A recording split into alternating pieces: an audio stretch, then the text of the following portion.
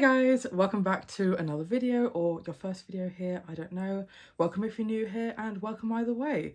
So today is going to be my joint wrap up for both March and April, and let's just get into it. So no DNFs this month, which is good, and I do have one 5-star though, and I'll talk about that now. 1 star. I meant 1 star.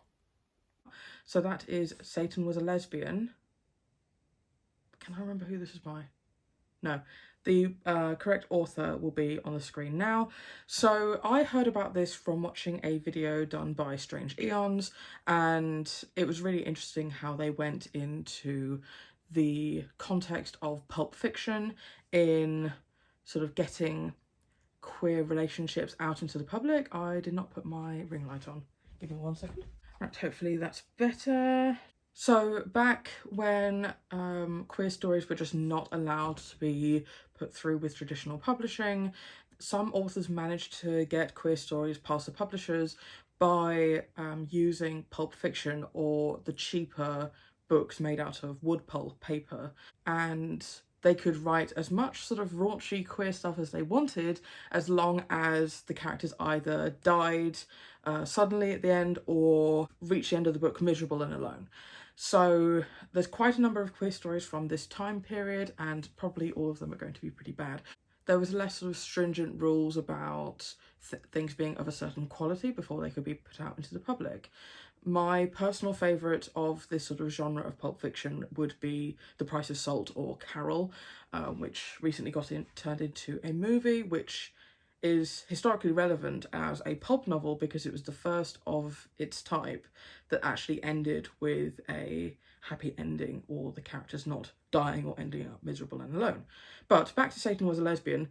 I think really the title and the cover pulled me in. I thought it was hilarious, and it's getting 1 star because it is categorically a terrible book. There are terrible messages in it. The writing's okay, but it has a load of typos and a load of grammatical mistakes. It was really, really bizarre in terms of its theming.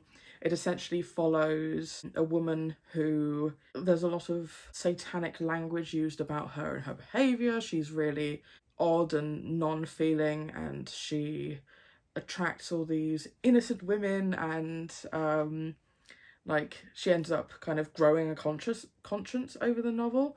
And I think if you don't want to read it but just want to hear the commentary about it, I really recommend going and checking out Strange Eon's video on that topic. I will post that in the description box below. So now on to 3-star books, which I have 3 of. The first being Where to Belong. Can't remember who this is by again, but it will be on the screen next to me. So this was a play that I picked up at a bookshop when I was just trying to kill time when my sister was getting her tattoo. So I heard it was gay, and that was pretty much the only thing that I knew about it, so I picked it up to try it out.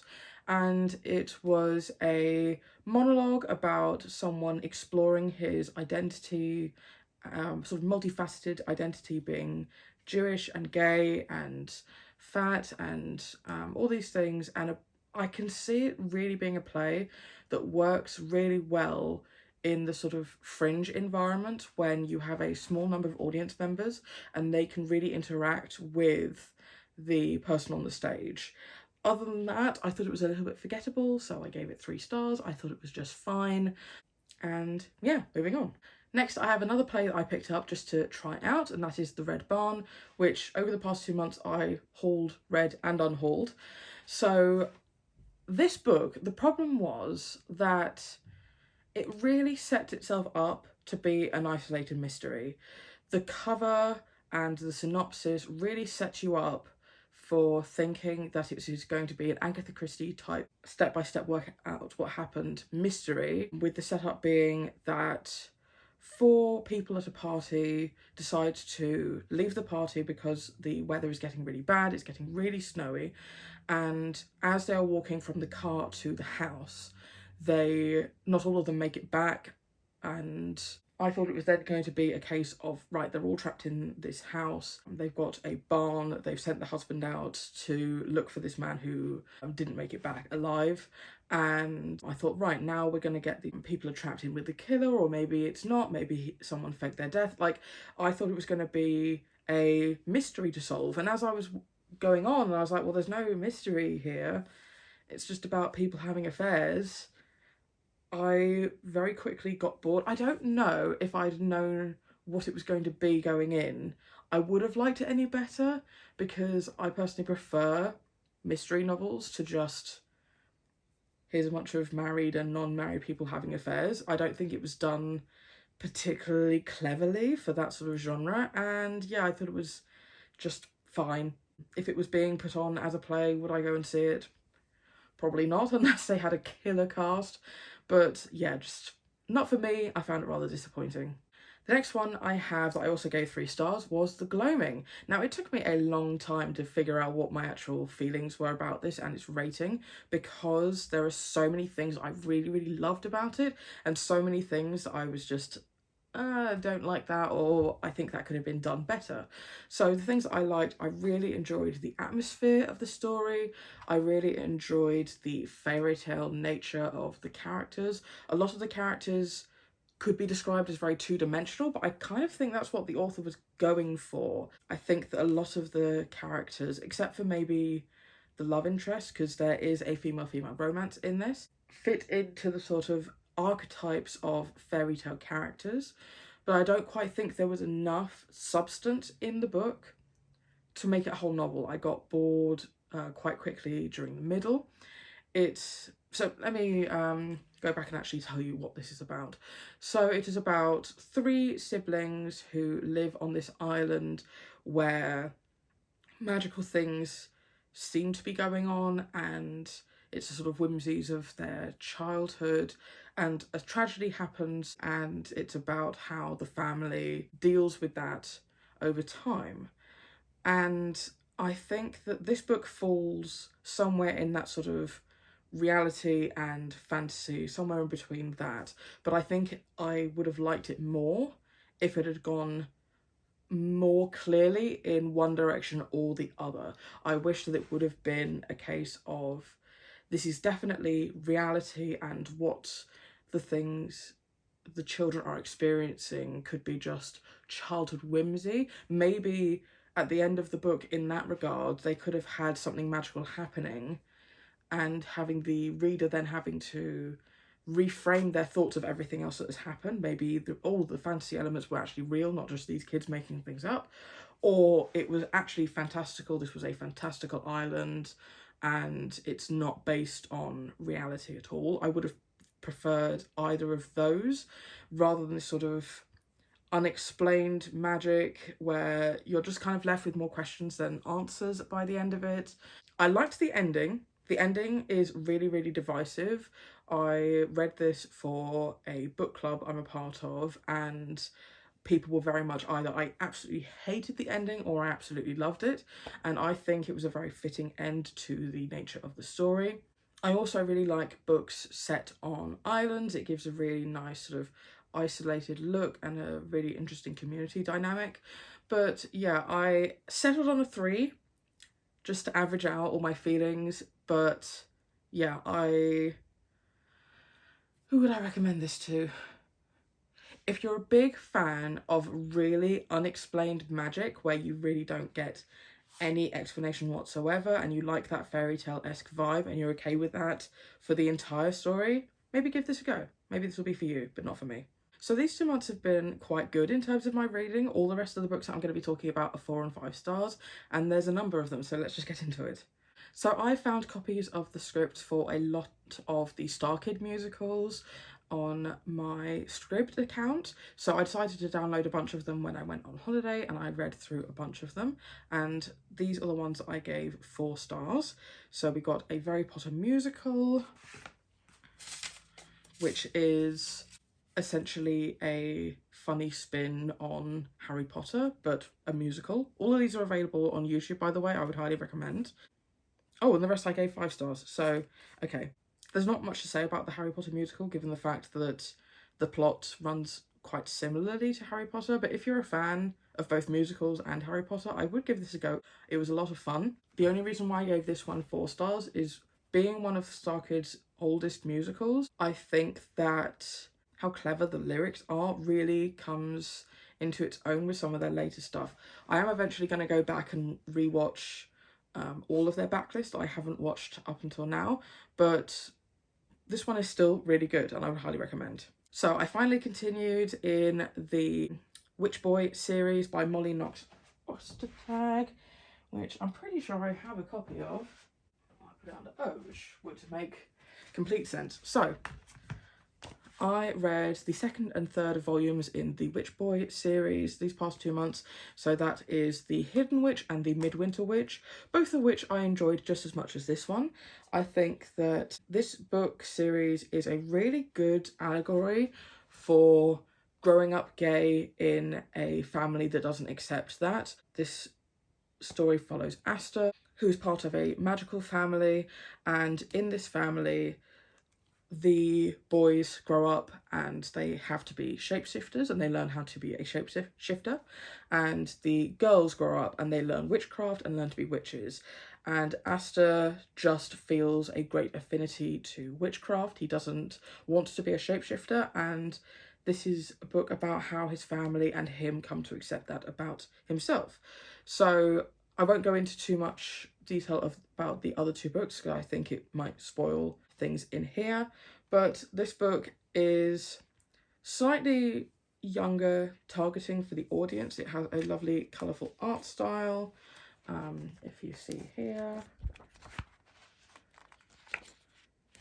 and it's a lot of fun. So as books continue to come out, I'll be reading these.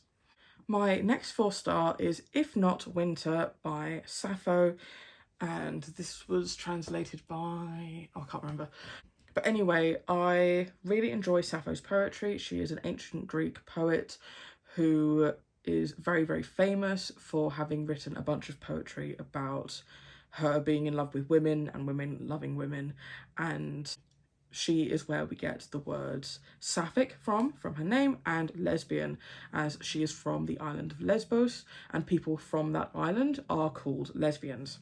And in history, she essentially ran or was the leader of a group of women living on the island of Lesbos.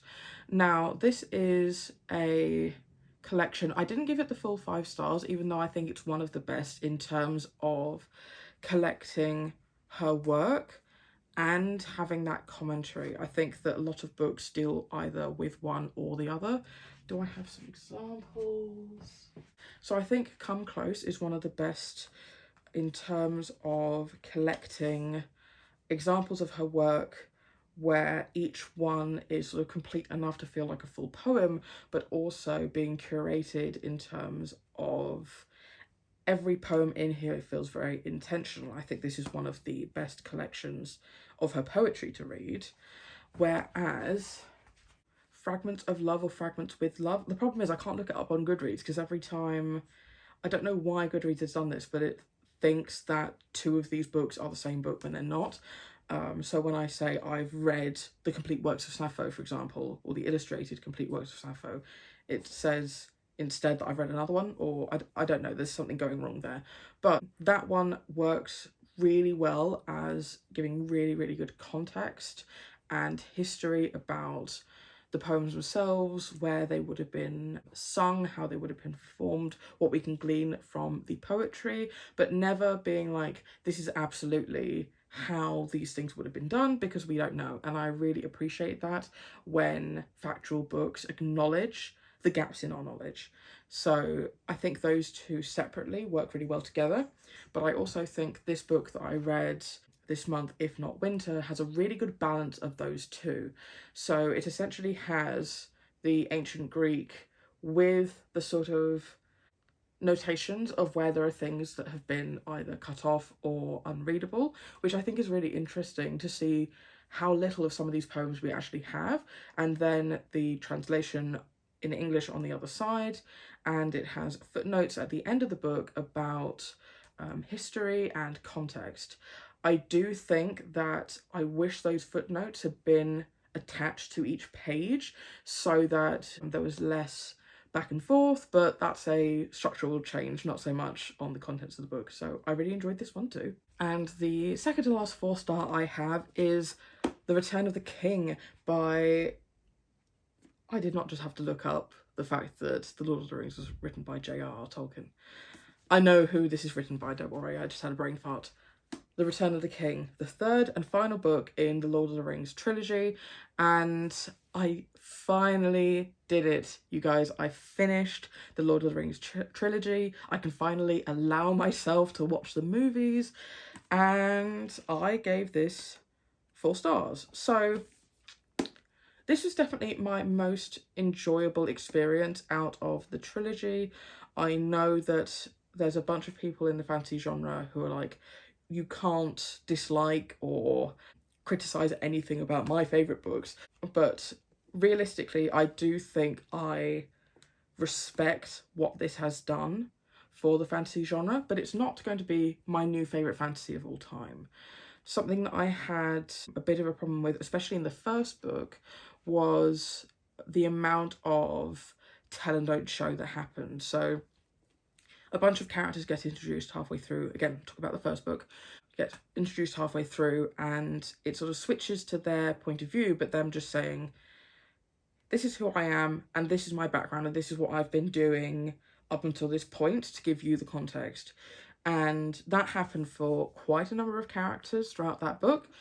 And that style of storytelling happened less and less as the series went on. By this book, if we needed to follow another character, we just swapped into their head for a couple of chapters, which I thought was much, much better. I thought the lead up to the battle scene was really well paced, really well done. I did start to get a bit bored after the big battle scene because I was like, I don't understand where we're going now that this sort of battle has been fought, but it did pick up again by the end and I did enjoy how it ended. I thought it was a really interesting commentary and I'm really, really proud of myself to have finally read The Lord of the Rings and I'm very excited now to watch the movies. So, yay! And before I get into my 5 stars, my one last 4-star is a play called Sherlock by Gareth Armstrong. I don't know if this will make much sense if you have no prior knowledge of The Merchant of Venice by William Shakespeare. This is a real deep dive exploration into the character of Sherlock from that play. Now, I have performed in The Merchant of Venice. I played Graziano. It was a really interesting experience and I really liked the fact that our director and our team really tried to explore the themes while we were learning the script. So we were really aware of the anti-Semitism, the prejudice and the history of people's views against Jewish people of the time. And I think that a lot of what was in this book, let me just go through what the play was about because I haven't said that yet. So essentially it is going through the history of Sherlock, the character, of the history of the context that either the play was written in or that the play was set in, how people have perceived the character over time, and the sort of hate that Jewish people have received over time. There were definitely a lot of things in this play that I hadn't learned from performing in it, but I wouldn't recommend this unless you are already aware of the character of Sherlock. I am actually going to be recommending this to a friend of mine who played Sherlock when we were doing it together.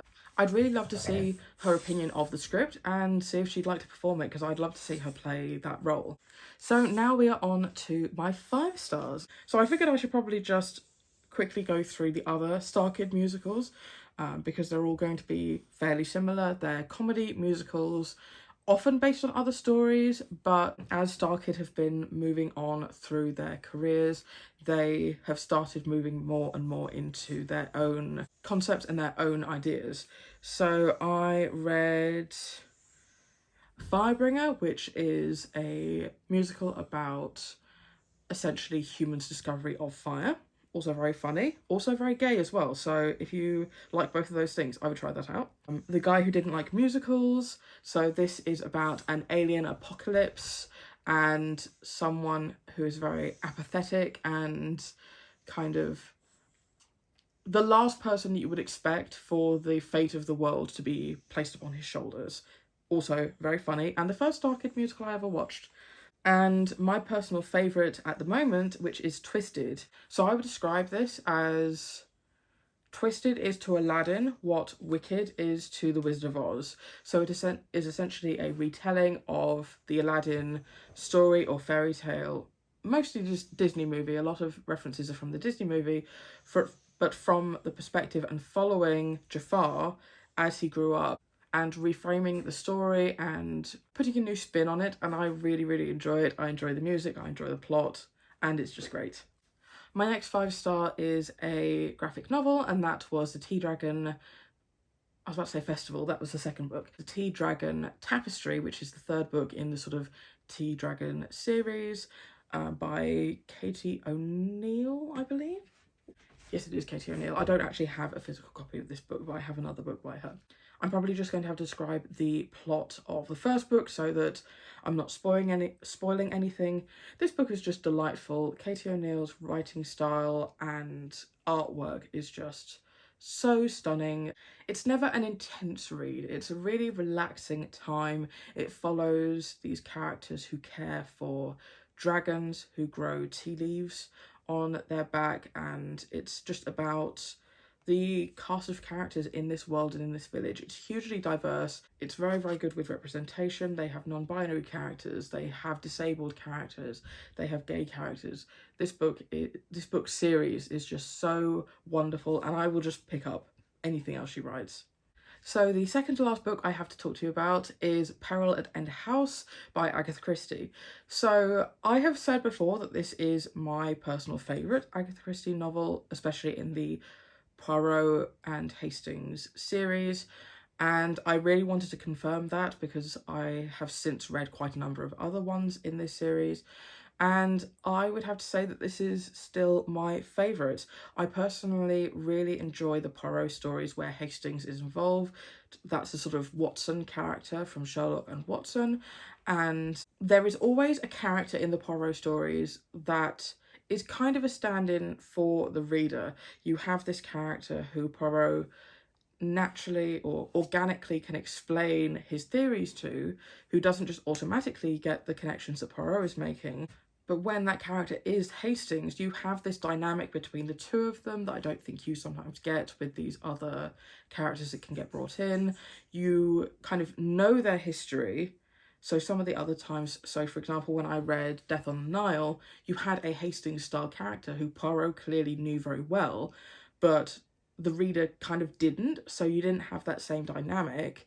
And in my interpretation of the reading experience, Poirot can be a very playful character and can sort of tease Hastings and not reveal everything to him. So you do get that mixture of Poirot can explain to you, the reader, what's going on, but Poirot can also keep things, and there's certain things that you don't know until the very end, until he gets to have his grand reveal moment and tells everyone what is actually going on. So Peril at End House follows Poirot and Hastings when they are on a trip and they run into a woman who has had several attempts made on her life, and they look into protecting her and how that story goes out from there. And I really enjoyed it just as much a second time, even though I knew who the villain was going to be, who was going to be responsible for these attempted murders. I really enjoyed the process of watching these clues get laid out for you. And also I was listening with my dad, who'd never read it before, and it was really interesting to see what his theories were going through, because I knew what was actually going to happen. So I'm really interested to read far more of Agatha Christie's work. I think she's a fantastic writer, and I think my favourite version of them is always going to be the BBC Radio 4 dramatised versions. I just love those versions of the story. I love the way that the actors have chosen to portray those characters. And the last book that I have given 5 stars over the past 2 months, and one that I still don't know how the hell I'm going to even review, is A Little Life by Hanya Yanagihara. This book is not only the best book that I read of the month or the past 2 months, but it is just categorically the best book I've ever read in my life and probably will ever read. It is fantastically written. It follows 4 characters who meet in college, and it just follows them throughout their life as their lives intertwine with each other. And one of them, called Jude, sort of becomes over time the main character of the story. This book is so diverse. I feel so connected to these characters. I will never forget any of them. They were distinct. I feel like they're real people I was hearing about. I feel like I lived their lives for how many pages this book is. 720 pages. There were chapters where you got to listen in second person, which were really interestingly timed, and a really interesting dive into sort of storytelling. You switch perspectives from one character to another, but that switch of perspective, you could find out more about a third character. There were just so many writing choices in here. I wouldn't cut a single line out of this book. This book is perfectly lengthed. I know that this book is the perfect length. I know that people feel very intimidated by the length of this, and I know this took me, I think, about 2 years to read. I read it in sort of 3 chunks, and I think last year it was a goal of mine to finally finish this, or possibly even the year before, and I was like, right, I'm finishing A Little Life. And then when my mental health went down the toilet, I was like, you know what, I'm going to put this aside and I'm going to leave it until I feel mentally capable to handle this sort of story. And I just decided a couple of months ago, it's time to finish this book. And I never cry when reading literature. Literature very rarely makes me cry. I was sobbing. It wasn't even the sad scene, it was a scene a little bit after that.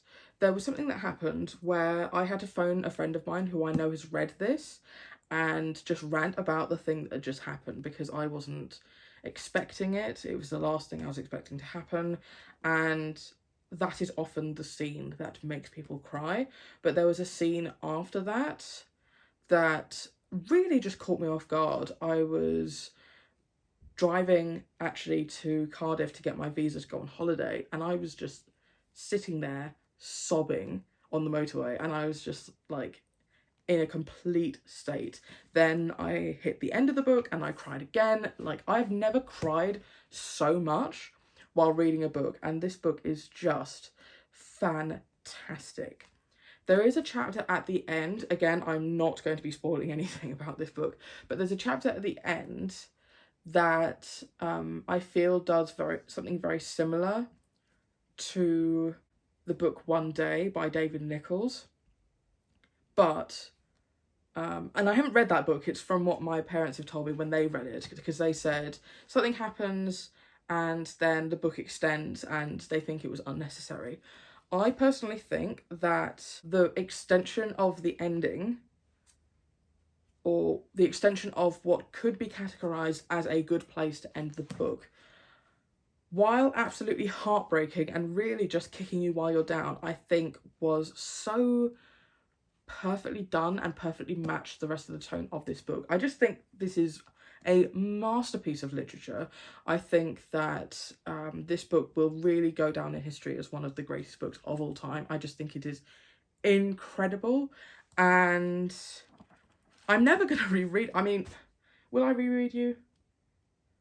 Maybe I will reread this just because it is so good, but I know that I'm going to have to be in a really good headspace to take this hit again. But this is just categorically the best book I've ever read. Is that biased? Maybe. But I love this. If you think you can handle the emotional punch of this and you've been intimidated by its size, please just give it a go. It was so good. And there you have it. Those are all the books that I've read over the months of March and April. I hope you're having a good week or bank holiday weekend, as it is currently here right now. And please let me know down in the comments below a book that you've read and loved recently. I'd love to hear about it. And I will see you in my next video. Bye.